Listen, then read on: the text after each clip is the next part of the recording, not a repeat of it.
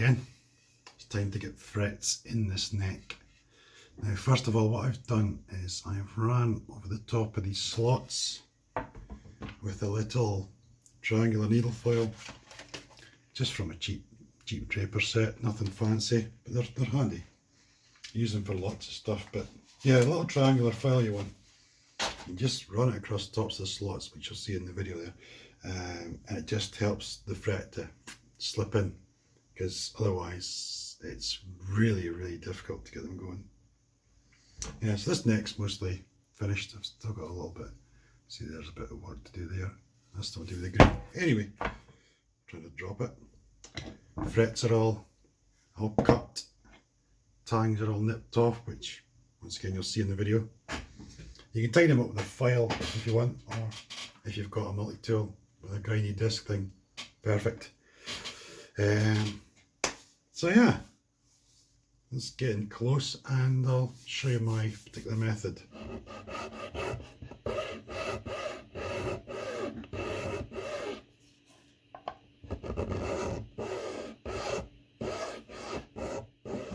I don't have fret tang nippers, but I find with the Evo Gold these snips work really well.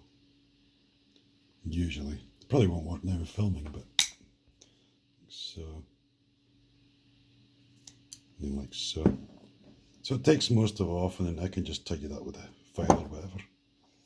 And I just I place it on the fretboard next to the fret there, and just check that I've got enough off to fill the ends. Sorted. So I have a wet kitchen towel, a damp kitchen towel and a dry one. And I like to use these syringes with the glue in them, with a blunt tip needle. You get them on eBay. So my method is simply just to squeeze a bead of glue along the centre. I don't go to the ends because I fill the ends with super glue and sawdust. So I'll just do the ones. I'll do that. Take a damp tissue, wipe it like so. Take a dry paper towel, just give it a little dry off, and then I'm ready to line the fret up and bang it in, basically. Now I'm going to do the hammering on my lap, which some people go like, ooh, but it doesn't have, I promise you. Ends first. Get the ends started, and then just work your way along until it's all, just look down the board, get the light to shine on it, check that it's fully in. So now with all the frets in, you can do things like you can check, just take a good look up down the board for any gaps or anything. If you see something, just get a fret rocker on it and have a feel for any sort of any movement, because now's the time while the glue's still wet. You can actually give things just an extra little tap if it needs it to make sure it's totally bedded in. So that's all the frets in. Next thing what I do is just get your fret end snippers or whatever and just snip whatever you need to off the ends. A lot of these ones are quite close to the board because I was really short of wire, and I just wanted to see if I could make it work or not. Thankfully I did make it work, which is good. But if you can snip these off, it'll save a bit of save a bit of filing. Yeah, so if you can't snip them, otherwise you just go file and file and file and file. Yeah.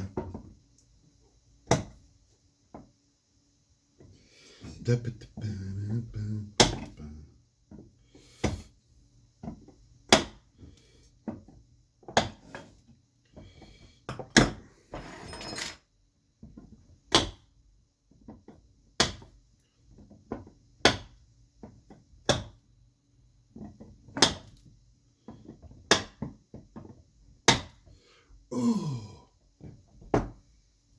So once they're all snipped, I'll put a bit of mask tape on the headstock there.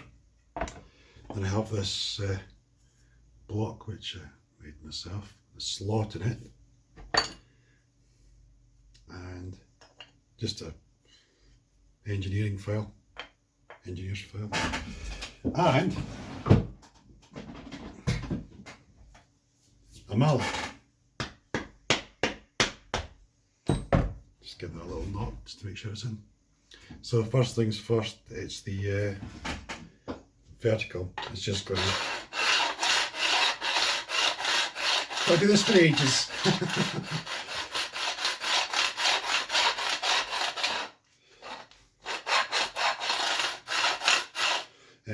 Due to this file having a point as well, I'll do this side with the point facing down. I'll take the file out, turn around to do the other side, just so I don't want to risk the point going killing my headstock. So yeah, this is this now. Just lots of filing. So I'll go and do that now. When you get down, just run your finger up over the fret edge. You can feel if they're still sticking right out or not. So that's them all straightened off. The next thing I do is turn the file down and I use this angle, the other way around. I use this angle piece, which then puts the appropriate angle on the fret ends, puts a little bevel on them, which is perfect.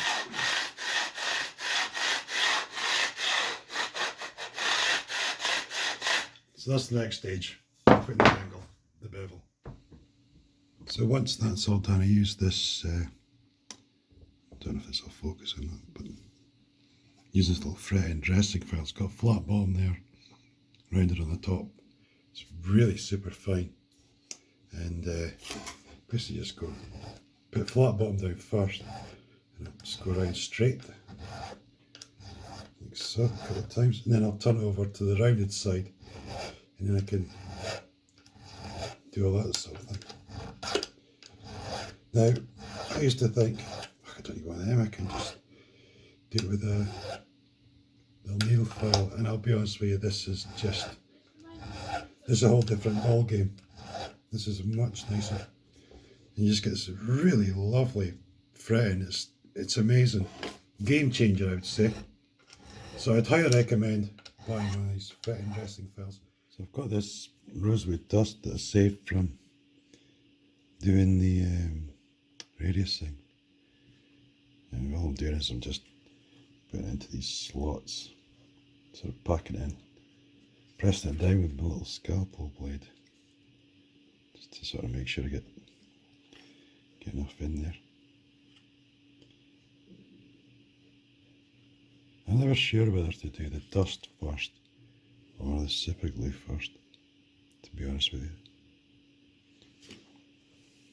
Guess that's part of being an amateur.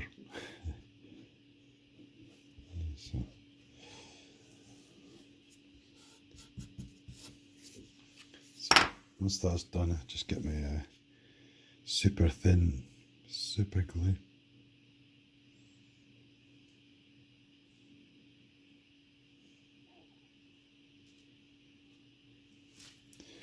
There.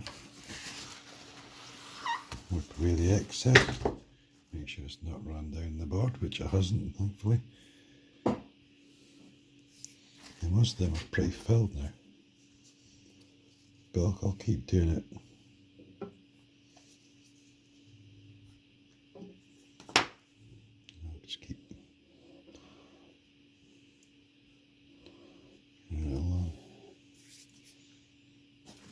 fill them up, add more glue, tightest amount preferably. That's been a minute now, so give it a little sand along.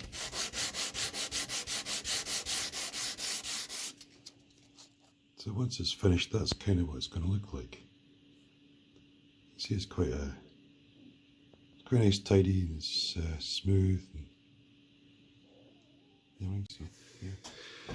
Right, all done, all filled in. It's a nice way of doing it. I don't know whether you should do glue first, dust first, or whether it matters. I don't know. That's whatever. As long as the holes get filled. I thought I'd run over some there. In my chair, I've got a chair with wheels on, eh? It's got a wheel over here. switch on the amp, pick up a guitar, have a tune, finish with that, reel back over here, do whatever I'm doing. Anyway, the next thing I'm going to do with this is put a finish on it.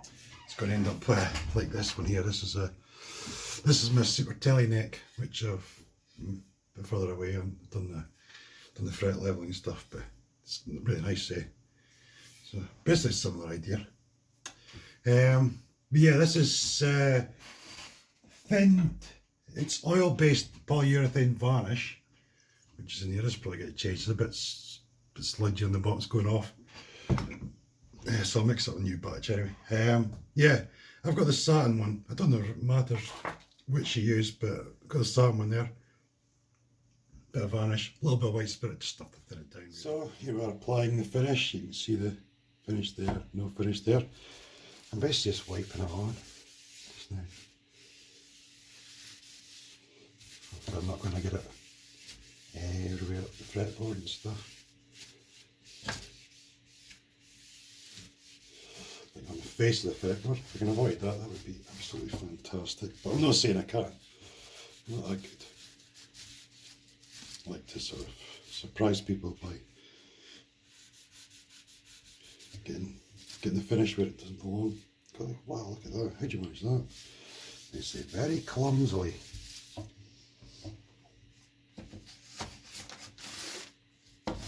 look at that, I've got finish everywhere. Yeah, so let's wipe that on. Leave it a minute or so. And then I'll wipe it off. Let's check the face list again. Oh, still on the fretboard area. I need to get my, I'm going to go and get the white spirits and give the fret, yeah, just get a bit of white spirit. It's just to stop it getting excessively on the fretboard. You know, you don't want that.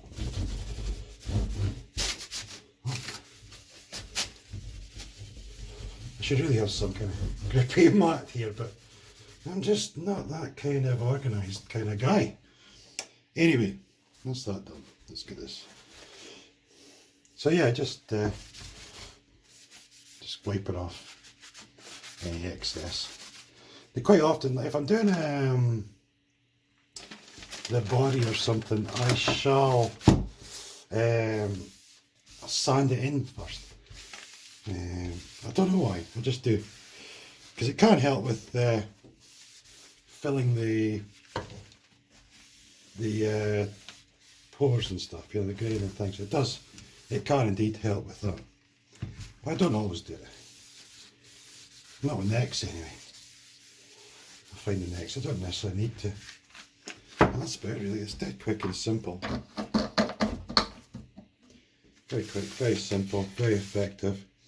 I'll do, I don't know, 2-3 coats, something like that. Then I'll sand it down. It's really, really super thin, like it's, you know. What did I say that was? It must be 3 or 4 parts poly to about 1 part white spirit or something. So quite thin, quite runny, but it does a good job. You can also, when you put the first coat on, let that dry and check over. And if there's any bit you've missed with the sanding wise, it'll show up like a sore thumb and you can deal with that first before you continue with the finishing. Anyway, that's it for now. See you soon.